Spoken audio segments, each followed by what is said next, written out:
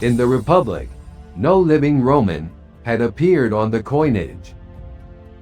The rule was unwritten and absolute. The gods appeared on the money. The great ancestors, the mythological founders, the long-dead kings of legend. In early 44 BC, a silver denarius began to circulate through the markets of Rome. On its face, a wreathed, aging profile. The jawline softening with years. 4 words along the edge: Caesar Dict Perpetuo. Every senator who purchased bread paid with this coin. Every debt settled, every account balanced, every morning transaction in the forum. This face changed hands. At night, in the weeks that followed, notes appeared on the Praetorian tribunal of Marcus Junius Brutus. Left in the dark, by hands no one saw. You are asleep, Brutus. For 500 years, the Roman Republic stood as an unyielding fortress against the absolute rule of kings. But when the dust of the civil wars settled, the defenders of liberty faced a titan who possessed the legions and the law itself. The Senate was ensnared not by iron bars, but by the golden chains of gratitude and perpetual dictatorship. Forced to wear the invisible collars of clients, the descendants of tyrant slayers realized that passive survival was a living death. While Caesar played the reluctant king at the Lupercalia, his pardoned shadows were already sharpening their daggers. When a single life becomes the absolute law, can freedom ever be legislated, or must it be reclaimed with a blade? A quiet but profound shift settled over Rome.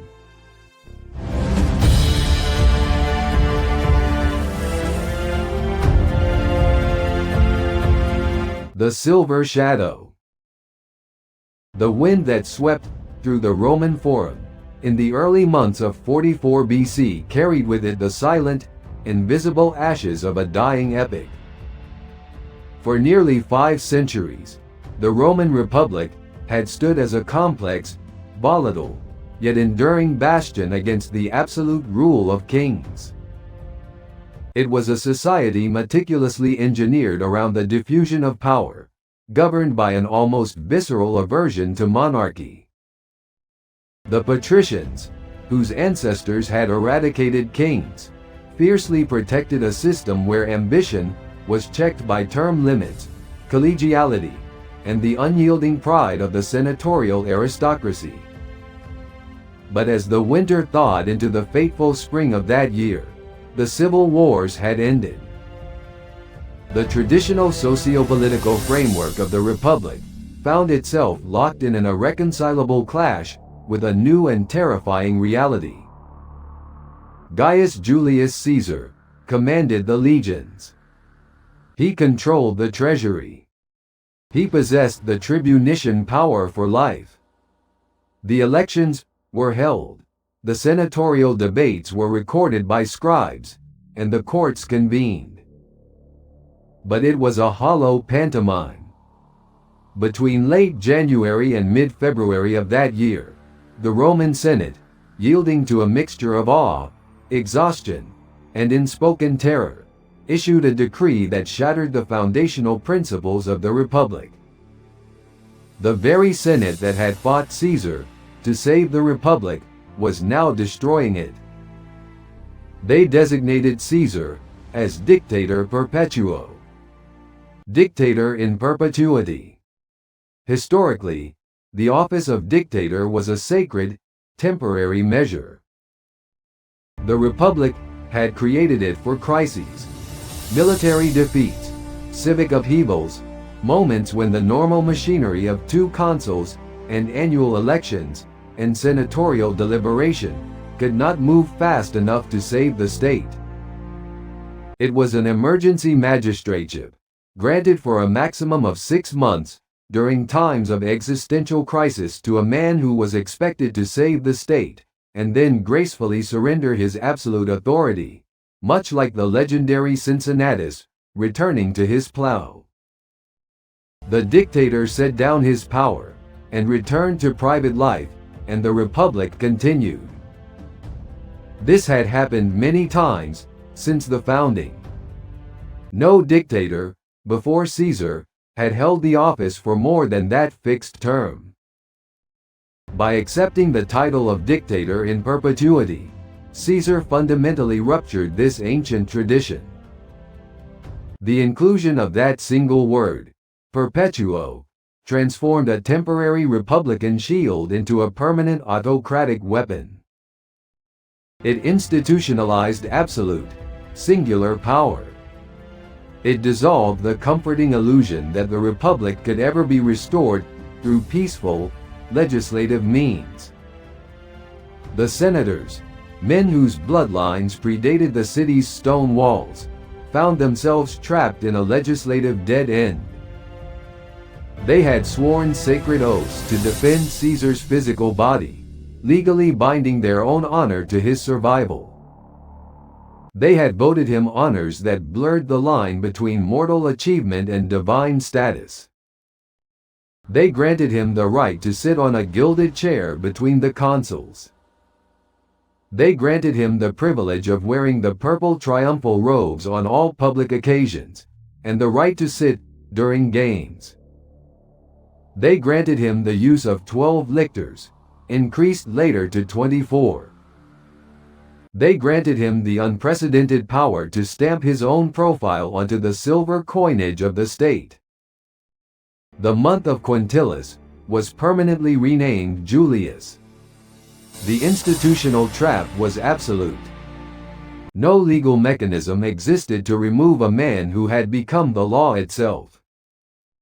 He possessed the veto of the tribunes without holding the office, and the command of the legions without geographical boundaries. Far away on the frontiers, garrisons of chosen legionaries stood behind brick walls, double ditches, and military engines on the ramparts. They guarded an empire that was entirely subjugated to the will of one man. Suetonius catalogued Caesar's conduct in relation to these honors. He gave his assessment in a single sentence: he abused his power and was justly killed. At one point, the Senate sent a formal delegation, led by the consuls, to present a decree granting these accumulated honors. Caesar remained seated and did not rise to greet them. Plutarch records the reaction. This vexed not only the Senate, but also the people, who felt that in the persons of the senators the state itself was insulted. Suetonius records, in chapter 77 of his Life of Caesar, that Caesar had publicly declared the Republic was nothing, a name without substance or form. Plutarch, in his Life of Caesar, uses the word confessed tyranny. He uses it to describe Caesar's rule in the period after Munda. And in chapter 60, assessing the causes of the assassination, he writes that the most open and deadly hatred toward Caesar was produced by his passion for royal power. To understand the sheer shock of this moment, one must look not only to the Senate floor but to the very commerce of the Roman streets. There is a small, cold piece of silver, no larger than a fingertip, worn smooth by the passage of centuries and the friction of human hands. This denarius captures the exact moment a 500-year-old political system collapsed. On its obverse, stamped with crude but deliberate force, rests the wreathed, aging head of Julius Caesar. The edges are slightly irregular, bearing the physical stress of the ancient minting process. Yet the inescapable inscription remains undeniably clear: Caesar Dict Perpetuo.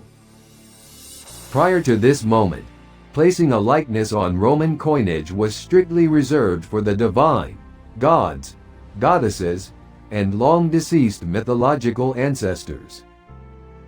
For a living Roman to place his own mortal face on the currency of the state was an act of breathtaking hubris.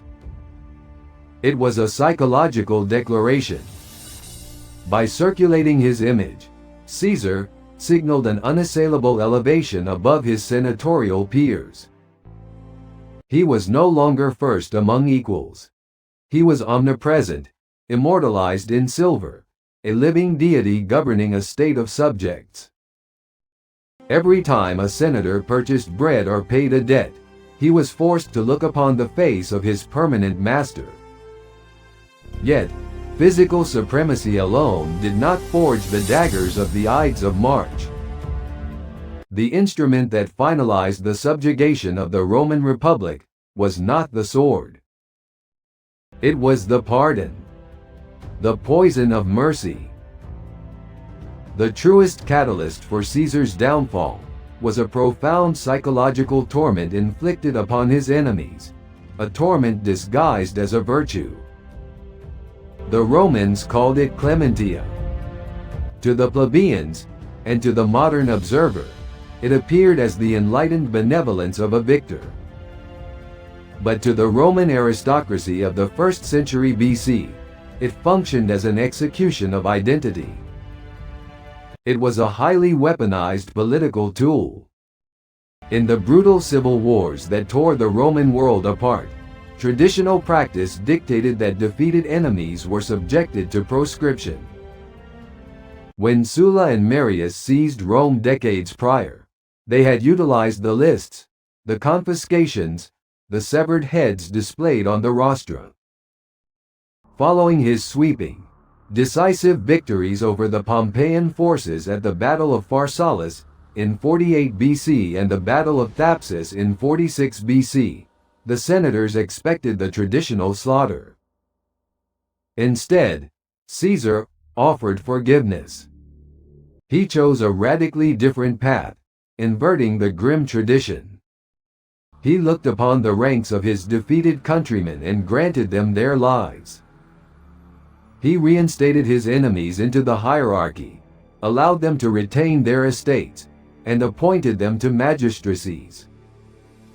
Among those who stood on the blood-soaked earth of Pharsalus, expecting the executioner's sword, were Marcus Junius Brutus and Gaius Cassius Longinus. Caesar not only spared these men, but elevated them. He eventually allowed them to assume the highly prestigious offices of Praetor Urbanus and Praetor Peregrinus. But in the structure of Roman society, a man who received his life from another became a client. The patron owned him. By accepting Caesar's pardon, the defeated senators were placed in a state of insurmountable, suffocating debt. Roman aristocratic identity was built entirely upon the concept of dignitas, a man's dignity, independence, and the absolute equality of social standing among peers. Clementia established a rigid, asymmetrical power dynamic. It robbed them of the honorable death of a defeated soldier. The patricians found themselves transformed into the dependents of a single citizen. The mercy that spares their physical lives systematically liquidates their political equality. Clementia stripped them of their dignitas. Their dignitas evaporated. They walked in the garments of free men, harboring the status of slaves. Every breath Brutus took was by the grace of Caesar. Every time Cassius walked through the forum, his physical survival was a walking, public testament to Caesar's magnanimity. Brutus carried an additional, agonizing burden. In the Capitol stood a bronze statue of his ancestor, Lucius Junius Brutus, holding a drawn sword. It commemorated the expulsion of the Tarquins and the foundation of the Republic. That ancient Brutus possessed a nature like steel. When his own sons conspired to restore the monarchy, He oversaw their execution, watching the lictors swing the axes. But Marcus Brutus was a man who studied philosophy, reading texts in his tent during the middle of summer before the Battle of Pharsalia. His intellectual refinement softened his disposition. He owed his life to the man who had defeated his faction, yet he owed his heritage to the man who killed tyrants. Cassius observed the dictator in silence. He did not speak of the humiliation, as he organized the lists of magistrates and calculated the provincial revenues.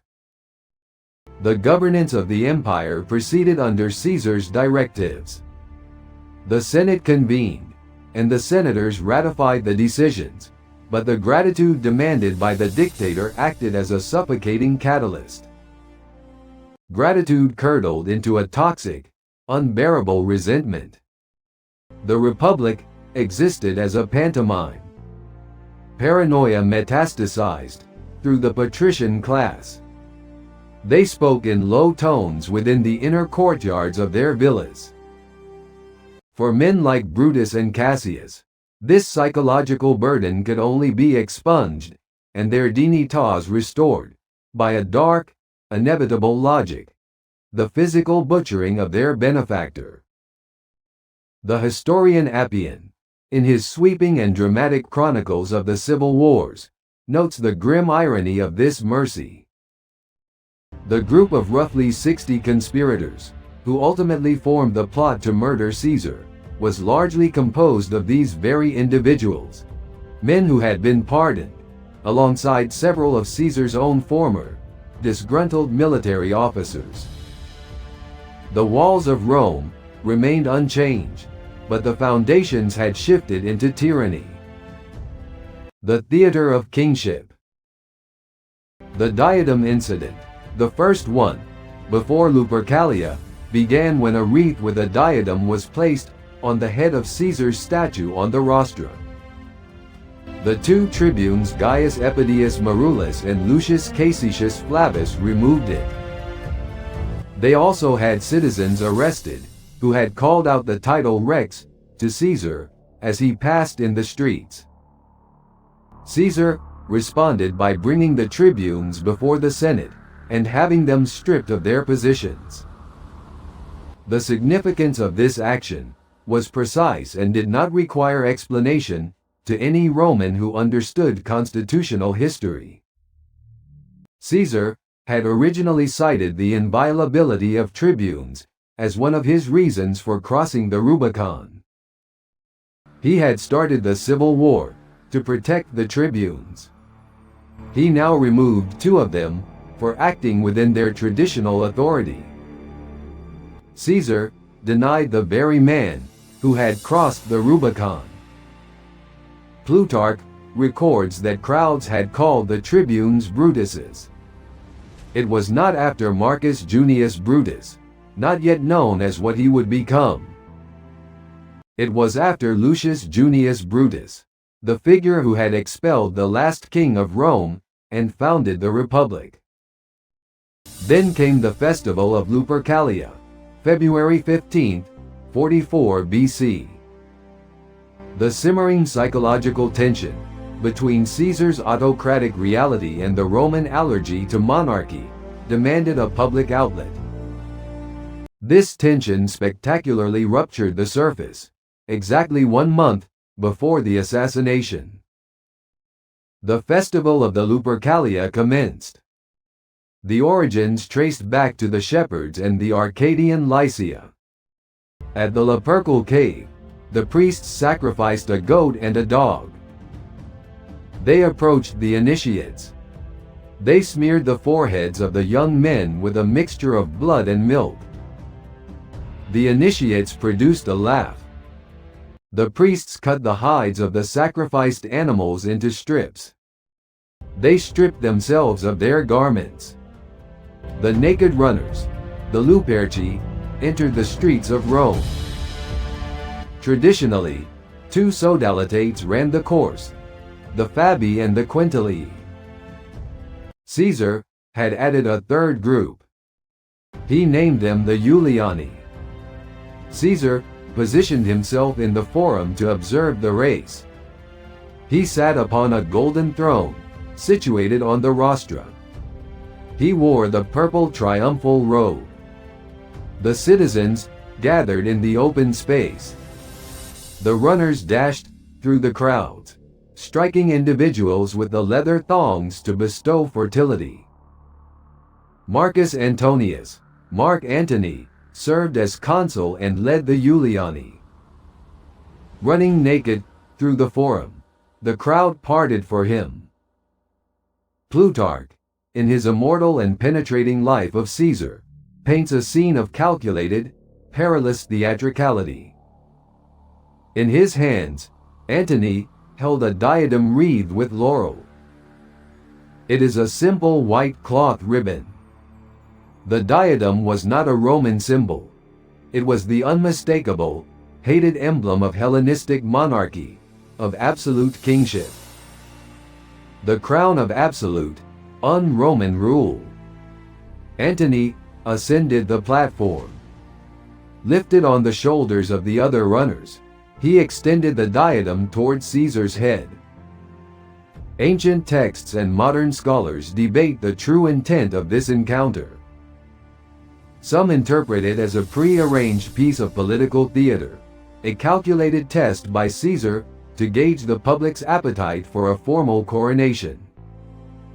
Others suggest it is an independent, unprompted act of flattery by Antonius, one that Caesar is forced to publicly reject. But regardless of the intent, the damage is irreversible. The historical accounts note a critical, immediate shift in the atmosphere. The assembled crowd, previously roaring with festival energy, falls into a sudden, heavy silence.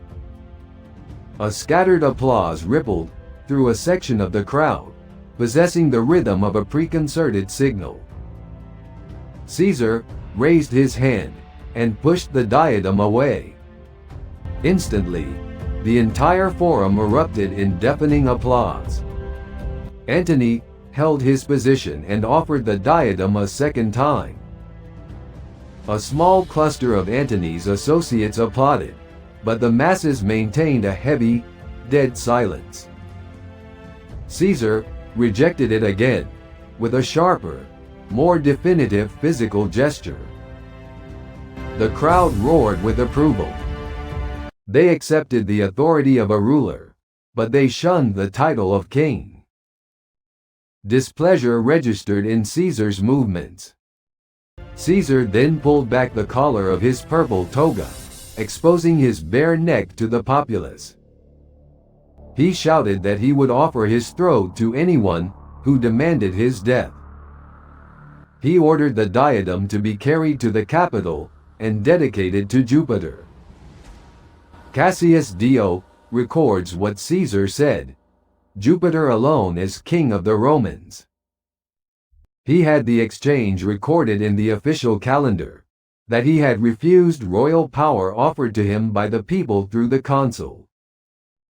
Cicero, in his Philippics, quotes this calendar entry and notes it sarcastically. He does not believe Caesar's refusal was genuine. To the plebeians, the performance proved Caesar's republican virtue.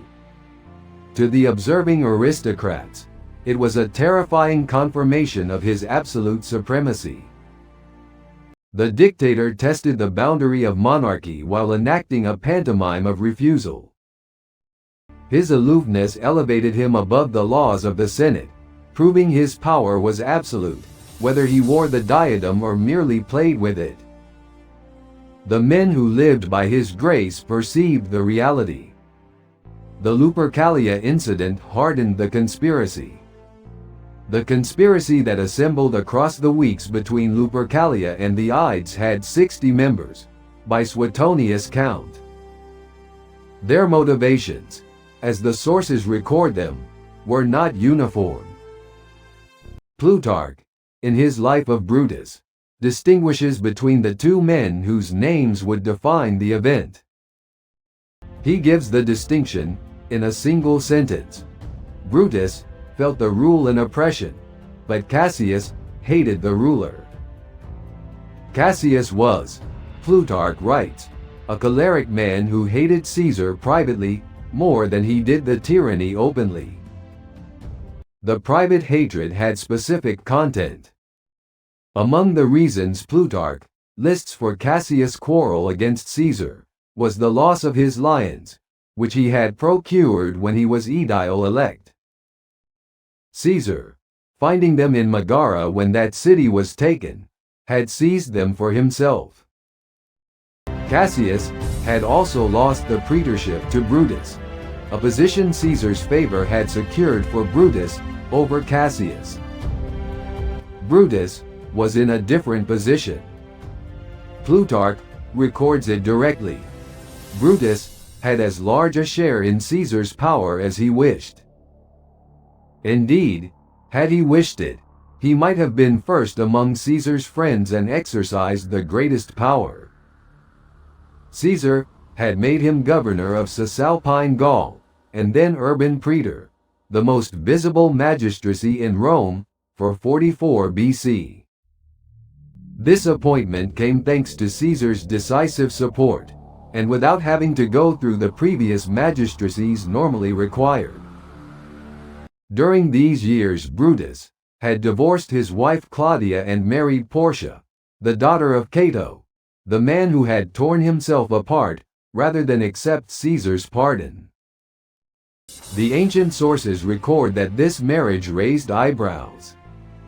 A man appointed to high office by Caesar's favor, married to the daughter of the man who died rather than be in Caesar's debt.